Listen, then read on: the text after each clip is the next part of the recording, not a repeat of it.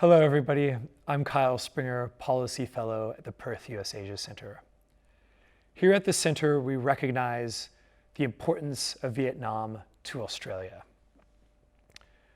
We recognize that Vietnam is becoming more and more relevant to Australia and to Western Australia.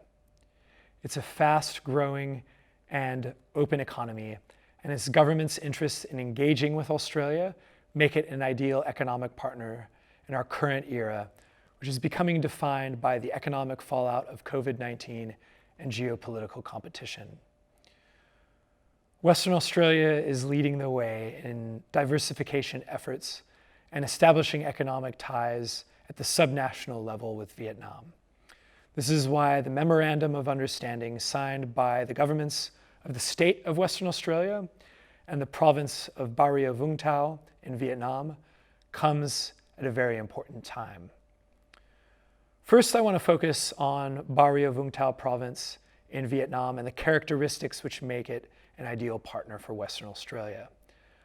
Ba Ria-Vung Tau, or BRVT as I will call it now, is part of the Greater Ho Chi Minh City metropolitan area, a region populated by 22 million people.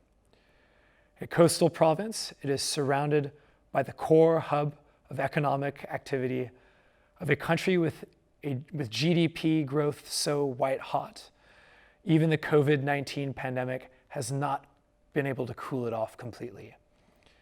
In no small part of Vietnam's economic success over the past 12 months is owed to its ability to control the spread of COVID-19 through its country. While it's not definitive, it has helped them avoid the widespread economic shutdowns that have crushed so many other economies in the region. Vietnam is one of the few Asian economies that maintained positive economic growth in 2020, and BRVT province is part of that powerful economic engine. Another positive characteristic of BRVT is that West Australian businesses already have a footprint there. Interflower, which is a joint venture between WA's CBH Group and Indonesia's Salim Group, has a grain port at Kai Mep along the Tivai River. Across the bay, WA's Austell opened up a shipyard in 2018, and it rolled out its first fully constructed vessel last year. Other developments in and around the province will only continue to make it more important to Western Australia. A new international airport is under construction at Long Tan in neighboring Dong Nai province at a time that Perth is seeking to establish a direct route to Ho Chi Minh City. Vietnam's fledgling LNG import sector is also concentrated in the province. The Singapore-Vietnamese company, Hai Linh Group, has completed the construction of its LNG terminal in the province, making it the first facility of this type in the country. As Vietnam joins the ranks of the region's LNG importers to satisfy demand for electricity generation, more infrastructure like this will develop, as well as export opportunities. Already, Petro-Vietnam is developing another import facility on the Tivai River in the province. It doesn't end with LNG either. BRVT is home to growing industrial parks that focus on metallurgy and component manufacturing for advanced electronics and materials. These industries all require high-quality Australian inputs.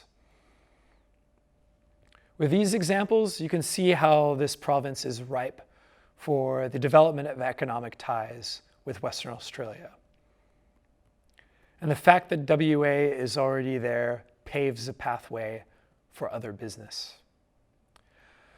Now, I want to take a step back, or a step above perhaps, and take a higher level view of the trends that will push Western Australia and Ba Ria-Vung Tau closer together.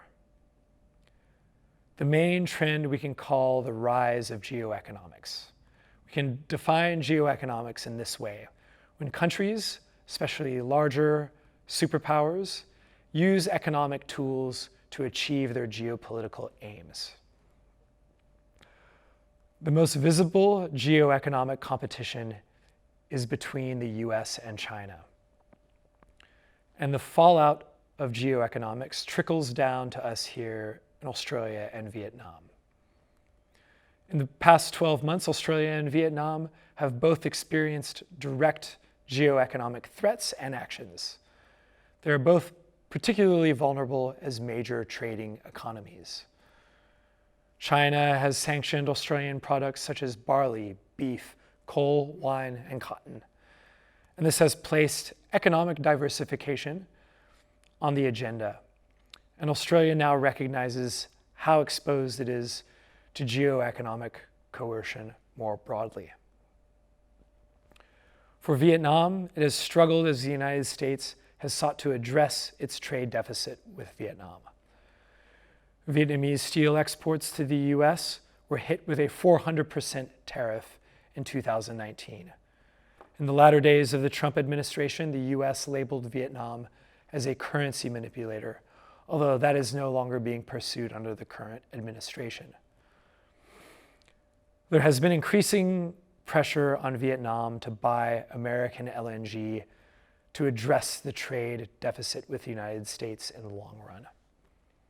As open, trade-dependent economies, Australia and Vietnam are in the same league.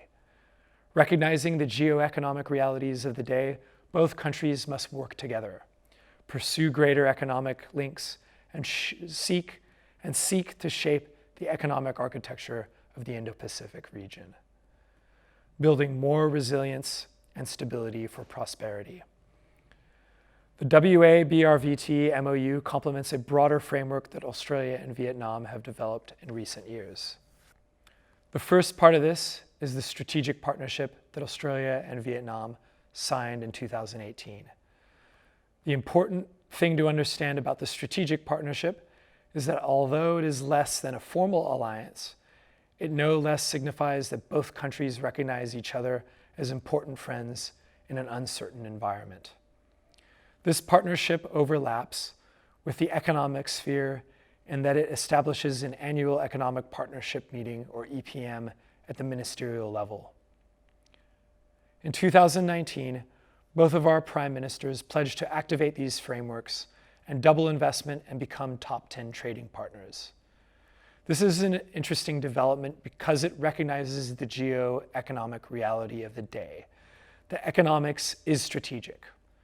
Further downstream, this means that business-to-business ties are as important to Australia, advancing Australia and Vietnam's interest as combined diplomatic efforts. Apologies in advance for the alphabet soup of acronyms, but the next three trade agreements are part of this framework as well, and I'll explain what they do. The first is the ASEAN, Australia, New Zealand Free Trade Area, or ANZFTA. The second is the Comprehensive and Progressive Agreement for the Trans-Pacific Partnership, or CPTPP. And the third is the Regional Comprehensive Economic Partnership, or RCEP. Each of these has a specific role in facilitating greater Western Australia BRVT economic ties. ANZFTA has cut back remaining tariffs on both sides last year. Australia-Vietnam trade is now more open than ever. CPTPP is important because Australia and Vietnam kept the agreement alive after Trump took the United States out of it. Now it exists as a powerful investment framework, giving Australia and Vietnam's businesses even more confidence to invest in each other. Finally, RCEP is important because it is the largest trade bloc in existence. It includes 15 countries, including the economic heavyweights of China and Japan. RCEP will be important as it places Vietnam at the center of regional value chains. And it will drive demand for Australian mining and agricultural products. But my key thought is this: I cannot think of another country with which Australia shares such a robust economic framework at such a critical time. However strong these frameworks are, they will only be as effective as the people behind them. Trade deals alone are not enough. We need to follow up this relationship with stronger people-to-people links. We need people on the ground in Ba Ria-Vung Tau, building business connections, looking for opportunities, and we need people who understand what Australia and Vietnam have to offer each other. To this end, the Perth USAsia Centre this year, in partnership with other stakeholders, will support the WA Ba Ria-Vung Tau MOU with activities and an upcoming research report. We hope that Australia and Vietnam will continue to keep the virus at bay and that vaccine rollouts are successful so that we can resume travel and facilitate the face-to-face meetings and consultations that are so valuable. We have all the agreements for a successful economic partnership: policy frameworks, supportive government, geoeconomic trends pushing us together. Let's get the right people together and start building this relationship. Thank you.